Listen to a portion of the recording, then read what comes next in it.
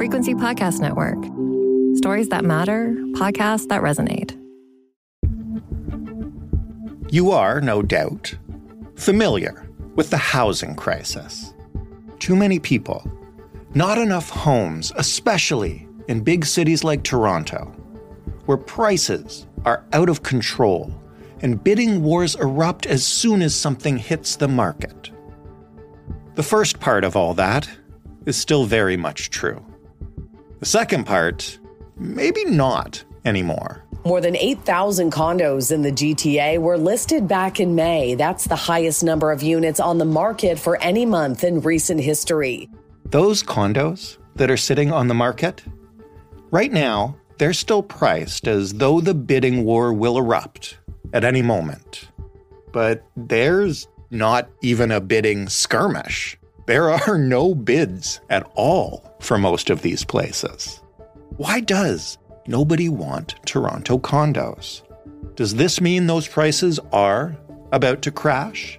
Is this a unique situation born of post-pandemic realities? Or is it the canary in the coal mine for the Canadian housing bubble?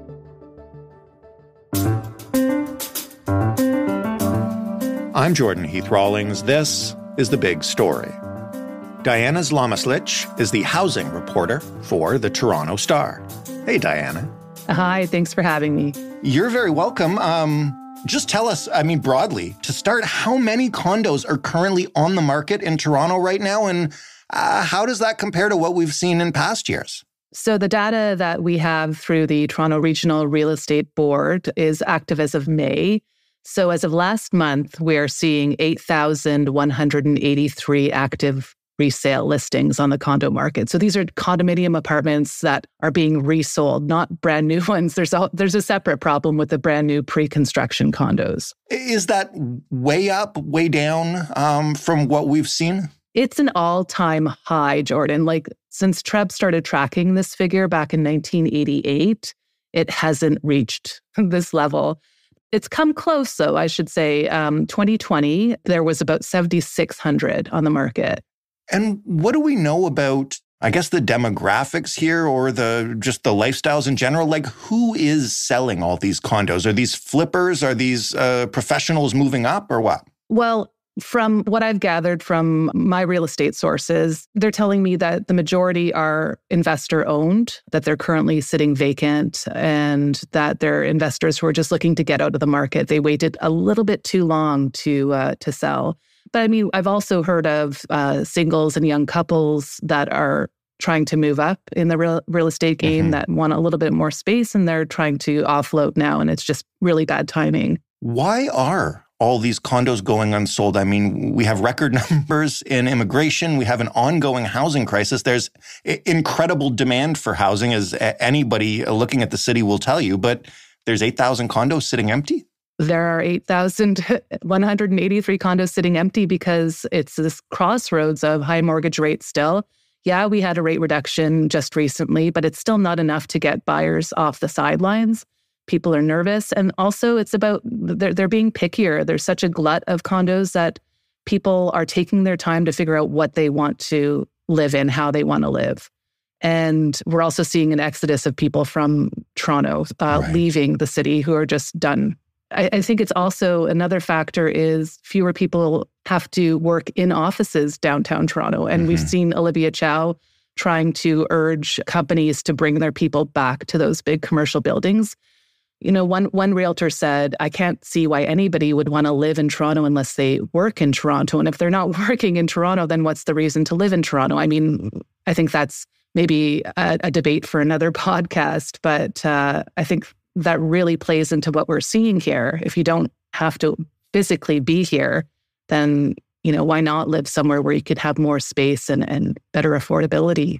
When or if, I guess, these condos do move, how long is it typically taking them to sell? And are people just taking a loss to get rid of the property, or are they just holding it? So we're not at the fire sale stage yet.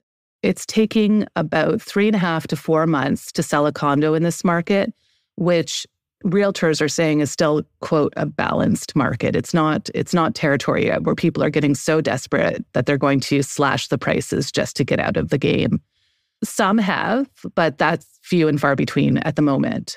So the big question is, how long will it take for things to flip? And I think what happens with the central bank, whether they continually reduce the lending rate over the next several months heading into the end of the year, that will make a huge difference to buyers coming back, to prices actually increasing. How does that time period, the 3.5, 4 months, compare with the heyday of condos in Toronto when, buildings were going up all over the place? I mean, that was just a few years ago, right? 2022 was a super hot market, and people bought because they knew that they could get in, especially on pre-construction. They could get in, pay very little down, and make $150,000, $200,000. Their property would be sold within a week. And I think that was what drew so many people, investors, specifically speculators, into the market. Let's talk about what draws those investors in. And in particular,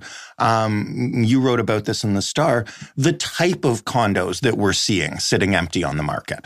Right. So they are generally smaller units, not the micro size, but what we've seen is a 49% increase in condos in the 500 to 599 square foot range. And they have increased by nearly 50% last month compared to the year prior. Most families aren't buying into this. I mean, unless you're very creative with how you use your space, it's really meant for a single person or a couple. If you can afford to purchase a home that's almost $600,000 on your own, fantastic news, but very few people can actually do that, right? When we look at what Toronto has done, and I guess most of the cities in Canada have done recently when they talk about taking on the housing crisis, building condos has kind of been seen as our go-to way out of this. What does this trend mean to that approach? I've talked to politicians and realtors and homeowners alike who are just very disappointed in the type of building that's occurring right now. They want to see larger homes. They want to see more affordable homes. And the investor condo delivers none of that. And so, the NDP, for example, reached out to me after the story was published and said the province has these collective agreements with municipalities across Ontario, right? Each municipality has a target of building a certain number of homes. They want to get to this collective magic number of 1.5 million homes built by 2031 over the next couple of years. Mm-hmm. So the NDP is saying, well, that's great. Can we use the power that the province has and deliver a very specific type of housing that people need rather than just saying any type of house will do? The province, for its part, tells me, well, we are trying to do a balanced approach to housing. It doesn't feel like that right now. When you look at Toronto's skyline, like you can see very clearly how it's changed over the last few years, and it's a very vertical direction, right? And vertical is not bad, but it's just about the size and what people want to and need to live in.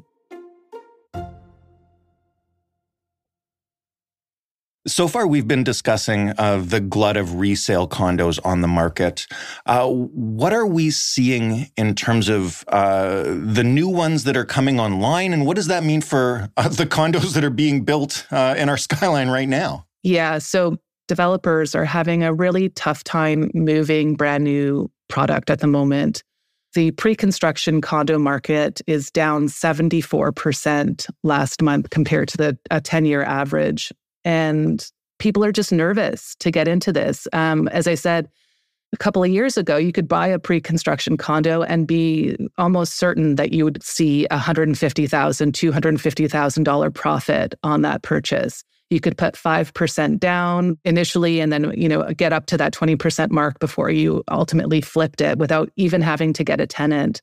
Someone was just ready and willing and waiting and hungry to make that their next investment. But that's just not what's happening right now. And builders, developers, they're getting a bit desperate and they're trying all these various creative ways to lure people into these buildings, but buyers just aren't qualifying for the mortgages that they need to purchase even these investments at a 5% deposit. What does that mean for the people who have already purchased units in these new builds and the developers now can't find renters or can't find owners for the rest of the units? Does that stop the process, slow it down? What happens? I think there's a variety of scenarios here. And in some cases, developers have offered people to come in and rent to buy, where they have, an agreement that there's a certain percentage that they pay monthly and that ultimately will let them own it at some point in the distant future.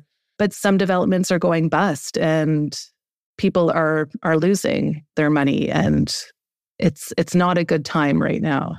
If you are one of those resellers on the market right now and, you're looking at that 3.5 to 4 month wait, and maybe that's a long time, or you need to sell this place because you've bought a larger home, is there anything you can do that agents are saying to cut down that time short of, dropping the price significantly?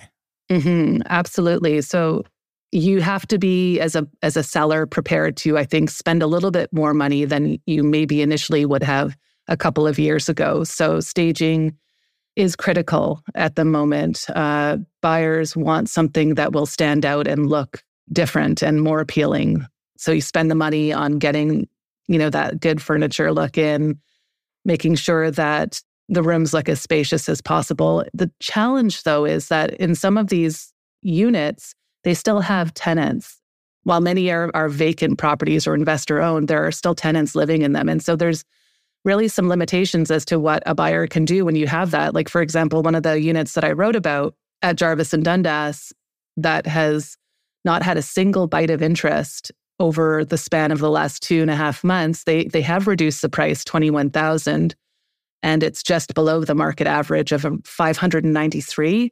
But they have tenants, and tenants have personalities in terms of how they decorate, and you really can't get around that. What are buyers doing? I mean, the few buyers, I guess, that there are out there, how are they leveraging the market? This is a time for buyers. I mean, they are free to be as picky as they want to be, and they should be at the moment.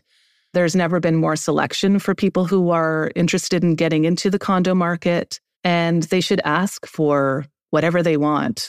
This is even coming from realtors themselves. The clients may say no, but they should ask for price reductions. They should ask for new flooring, fresh wall paint, different electrical fixtures. This is the time to ask. How does this compare, just for reference, to the current state of the actual, housing market in the city? Like, is it totally stark? Are we starting to see this downturn in homes? We did last month see an overall drop in home sales. So there was about 21% fewer homes sold in May compared to the year prior. And the inventory overall, not just condos, but all homes, is actually up 21% year over year. But condos on their own as a group of homes stands out in terms of the difficulty in trying to move this particular product. If interest rates do keep falling, as I know a lot of people listening to this are probably hoping they do, is that a possible way out of this? Will that spur the condo market back to activity? Or is it just a different city than it was pre-pandemic with different needs? I love that question because it could go in any direction. I mean, okay, let's say the rates continue to go down. Then what happens is the prices go up. Will somebody qualify at a higher price? Maybe. Will that sort of stop this flatlining that we're seeing? It's hard to say. I mean, realtors believe that it's going to come to an end and that the market will flow again. And I mean, I think history has shown that we have these ups and downs and that everything is cyclical and we're just in a bad time at the moment. And maybe in a month or 2 or 3 months, things will turn around. I want to believe that. Well, this is my last question then, and it's basically like, what happens if it doesn't? You mentioned off the top that, we're not at that fire sale collapse point yet, so maybe the bubble hasn't truly popped, but how long can it continue like this before people just have to take what they can and exit the market? Yeah. So at the moment, the reason that we're not seeing the fire sales is because investors have built up some equity in the units that they own. And when that equity starts to increasingly diminish to the point where they're not even going to be able to get any return on this, I mean, that's when the trouble starts. I think most people are willing to ride it out to the end of the year, but the early part of 2025, if things still haven't shifted by then, I think that it's fair to say that we will start seeing those fire sales, that prices will be slashed and investors aren't going to get the returns anywhere close to what they hoped for. They're just going to be thankful to get out. Thanks so much for this, Diana. My pleasure. Thank you so much for having me. Diana Zlomislic, housing reporter with the Toronto Star. That was The Big Story. You can, of course, find more big stories by heading to our website, which is thebigstorypodcast.ca. If you've got something to say to us about this episode, about another episode, or if you've got a story idea for us, you can find us by emailing hello@thebigstorypodcast.ca or by calling us and talking it out on a voicemail, 416-935-5935. The Big Story is in every single podcast player and every single smart speaker, as long as you remember to ask it to play the Big Story podcast. Thanks for listening. I'm Jordan Heath Rawlings. We'll talk tomorrow.